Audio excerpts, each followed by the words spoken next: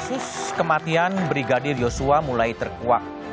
Dia meregang nyawa karena pembunuhan berencana, bukan tembak-menembak seperti keterangan polisi sebelumnya. Inspektur Jenderal Verdi Sambo dan 3 anak buahnya ditetapkan sebagai tersangka. Tak hanya menetapkan Verdi Sambo sebagai tersangka, Kapolri juga menonaktifkan dan memutasi belasan anggotanya. 31 personel kepolisian diperiksa. 11 diantaranya sudah ditahan usai menjalani pemeriksaan. Akankah langkah Kapolri ini menyisakan persoalan? Ataukah akan semakin menguatkan barisan? Inilah Satu Meja The Forum setelah Jenderal Sambo jadi tersangka.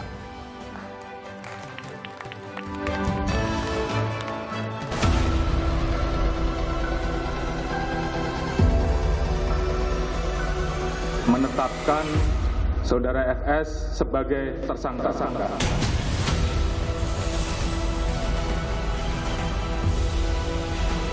Ungkap kebenaran apa adanya, sehingga jangan sampai menurunkan kepercayaan masyarakat terhadap Polri.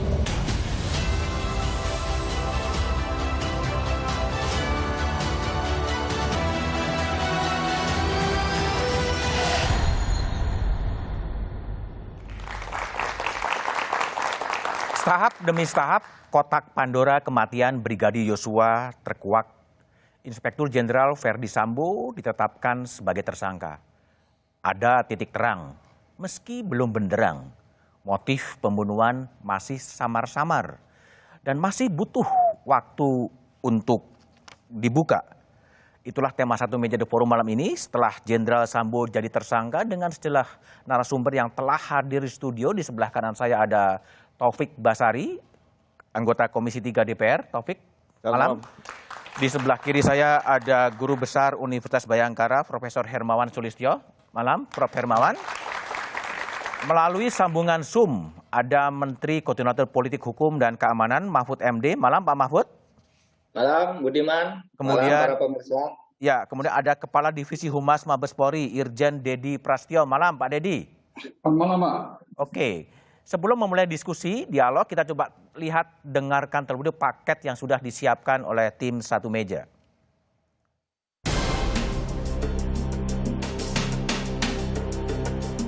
Kasus tewasnya Brigadir Yosua memasuki babak baru.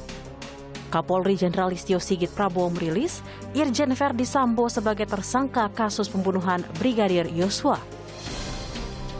Kemarin kita telah tetapkan 3 orang tersangka, yaitu Saudara RE, Saudara RR, dan Saudara KM. Tadi pagi dilaksanakan gelar perkara dan tim sus telah memutuskan untuk menetapkan Saudara FS sebagai tersangka.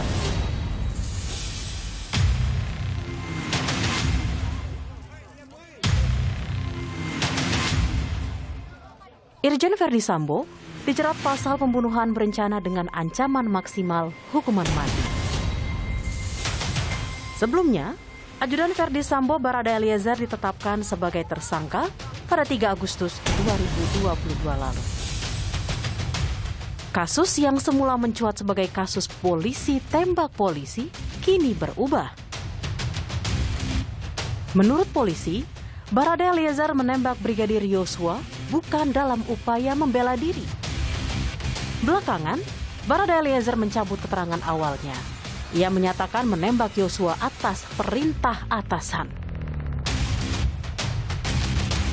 Kasus tewasnya Yosua mulai terbuka.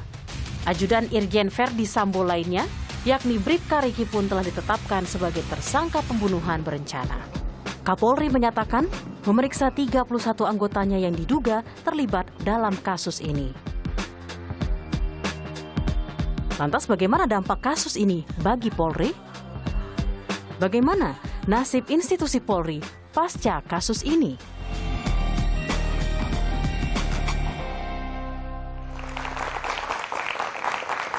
Oke, saya akan bertanya kepada Menko Polhukam Mahfud MD. Pak Mahfud, Pak Kapolri akhirnya menetapkan Verdi Sambo sebagai tersangka. ini akibat dari tekanan dari Presiden, Pak Mahfud, dan tekanan publik, atau memang genuine ini upaya-upaya yang dilakukan oleh Mabes Polri, khususnya Pak Kapolri?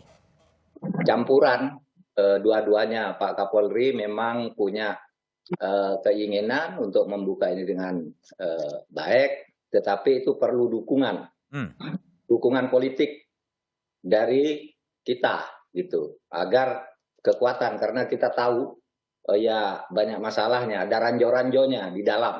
Banyak gitu ya. ranjau. Iya, sehingga Pak Presiden mengatakan selesaikan dengan tuntas, dengan transparan. Pemerintah, ini yang dikatakan Pak Presiden, pemerintah percaya Kapolri bisa menyelesaikan ini, tapi jangan terlalu lama. Itu artinya kepercayaan itu kalau terlalu lama bisa agak berkurang kan gitu. Sehingga kita dorong dari situ, kita kawal dari udara juga. Saya bukan hanya ngomong di media, di medsos, saya sering koordinasi hampir tiap malam, tiap hari dengan Komnas HAM, dengan LPSK, dengan perorangan di BIN, dengan perorangan di Densus, di BNPT, dengan Polri, bahkan dengan Kapolri, dengan Kabariskim terus. Dan orang itu ada yang mengatakan, Pak Mahfud itu kok lewat di udara, kok enggak disampaikan aja? Disampaikan, tetapi juga saya tahu polisi itu perlu tekanan atau dukungan dari opini publik juga, sehingga bisa lebih cepat. Dan nyatanya jalan kan. Anda mungkin tidak bisa membayangkan kalau kami diam gitu, skenario pertama yang terjadi bahwa itu tembak-menembak, dan itu sudah berlangsung seminggu, diskenariokan tembak-menembak. Tapi begitu kita ngomong itu janggal, enggak benar. Ini kejanggalannya, sesuatu itu ya berbalik kan, lalu ada laporan kan, berubah skenarionya. Coba kalau kita diem, tidak lewat udara, hanya bilang, oh itu enggak benar. Nggak bisa, kita lewat udara juga bersinergi dengan NGO, dengan lembaga lain gitu. Pak Mahfud, itu aja, Pak Mahfud, seberapa besar Pak Mahfud ranjau-ranjau di Mabes Polri sampai Presiden 4 kali berkata-kata soal itu, dan Pak Mahfud pun berulang kali. Sampai begitu, frekuensi begitu tinggi, berapa besar ranjau itu? Enggak, saya enggak akan menerangkan di berapa besarnya, saya belum menghitung, tapi semua orang merasakan. Semua orang merasakan itu, ada ranjau dari dalam tentang masalah-masalah besar di Polri itu kan banyak ranjau dari dalam, harus perlu dukungan dari luar. Coba, itu yang kasus Broto Seno itu, orang kaget semua. Lalu DPR berteriak tuh, Broto Seno korupsi, kok diaktifkan lagi? Bambang Pacul dari PDIP berteriak, masa orang korupsi berjasa apa kepada negara? Baru Polhukam, Polri koordinasi, ini tidak benar gitu. Jadi begini, kenapa saya bilang itu DPR kok sekarang diam, mau kasus lain ribut, lalu polisi bisa berubah. Yang sekarang ini diam gitu. Diam, ternyata karena riset. Itu kira-kira soal Broto Seno itu yang habis dihukum penjara karena korupsi, lalu diaktifkan lagi, kalau tidak ada orang seperti Bambang Pacul berteriak-teriak, kira-kira orang nggak tahu kan? Baik, Pak Mahfud. Itu caranya mengawas. Jadi ada koordinasi langsung, ada lewat udara, lewat opini gitu. Tapi betul nggak Pak Mahfud bahwa Pak Kapolri itu dipanggil oleh Presiden sebetulnya untuk ke istana beberapa kali untuk menekankan kembali bahwa ini harus segera diselesaikan dan deadline-nya 17 Agustus? Iya, ke 17 Agustusnya tidak ada. Jadi hari Senin tuh Pak Kapolri dipanggil. Iya Senin, betul. Senin Pak Kapolri dipanggil berdua. Sesudah itu saya dipanggil berdua juga dengan Presiden, bertiga dengan Pak Pramono Anung lah. Gitu. Ya bicaranya begitu, Pak Mahfud.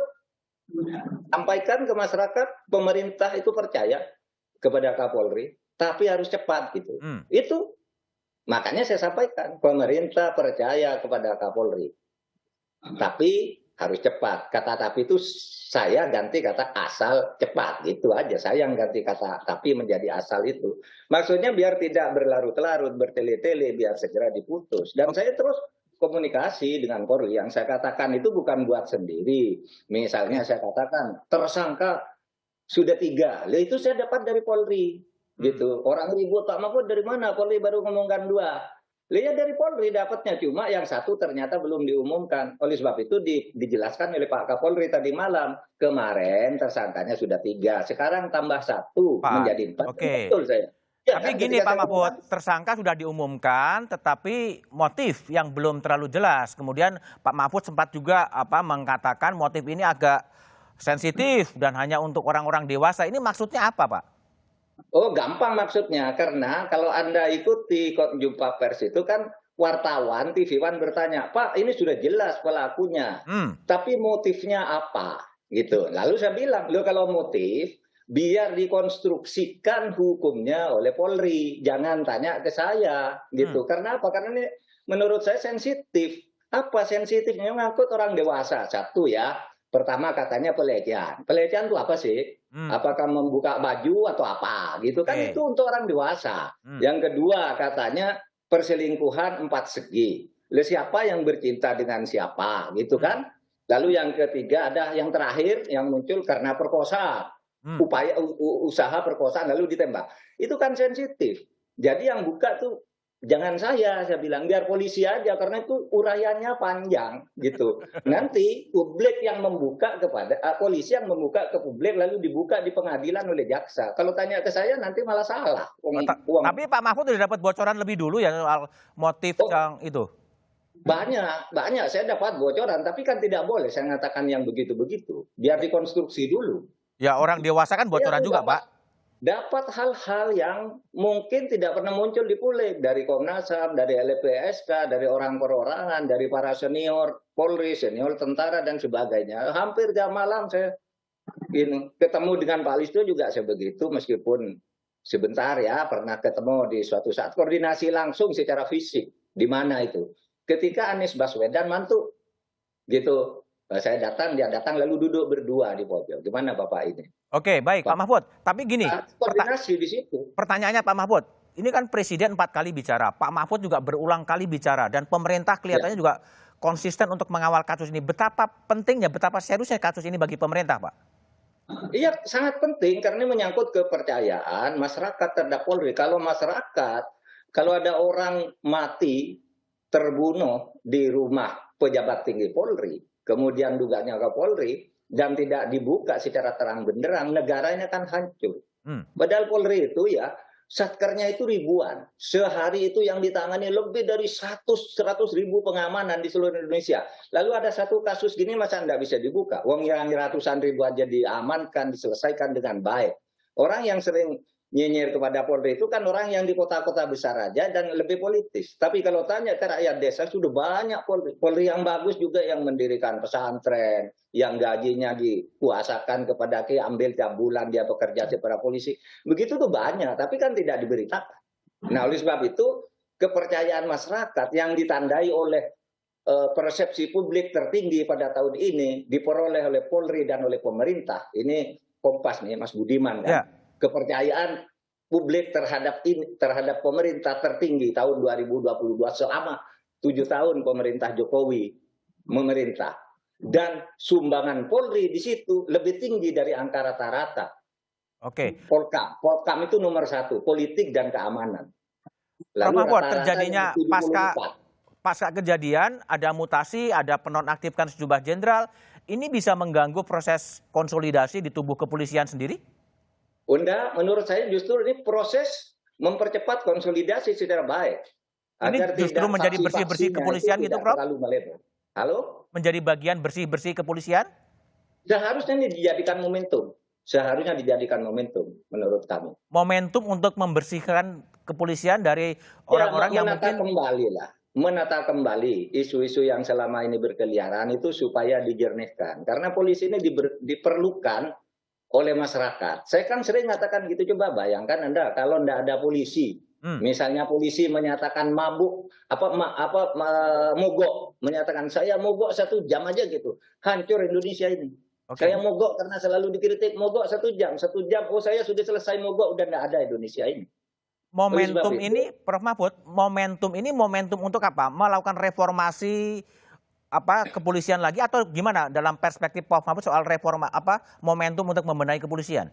Tidak, penataan manajerial aja, tidak ada lagi reformasi baru yang sekarang ini sangat urgen untuk dilakukan. Manajerial aja, kan pedomannya sudah ada undang-undang dasar, ada undang-undang, ada peraturan Kapolri, ada PP dan sebagainya. Manajerial aja, ditata kembali nih, agar kompak, iramanya tidak ada yang bikin kegiatan-kegiatan di luar urusan keamanan dan sebagainya itu kan sudah banyak lah kalau gitu. Dan saya kira Pak Kapolri serta para pimpinan Polri itu lebih tahu tentang masalah-masalah apa yang sebenarnya dihadapi. Kalau kita sih kan dapat laporan aja gitu. Tapi yang merasakan di dalam kan mestinya orang-orang dalam. Prof. Mahfud, kalau pertanyaan adalah apakah kasus ini akan mempunyai dampak ya secara internal organisasi kepolisian, seperti apa dampaknya menurut Prof. Mahfud, tapi jawabannya setelah jeda berikut ini.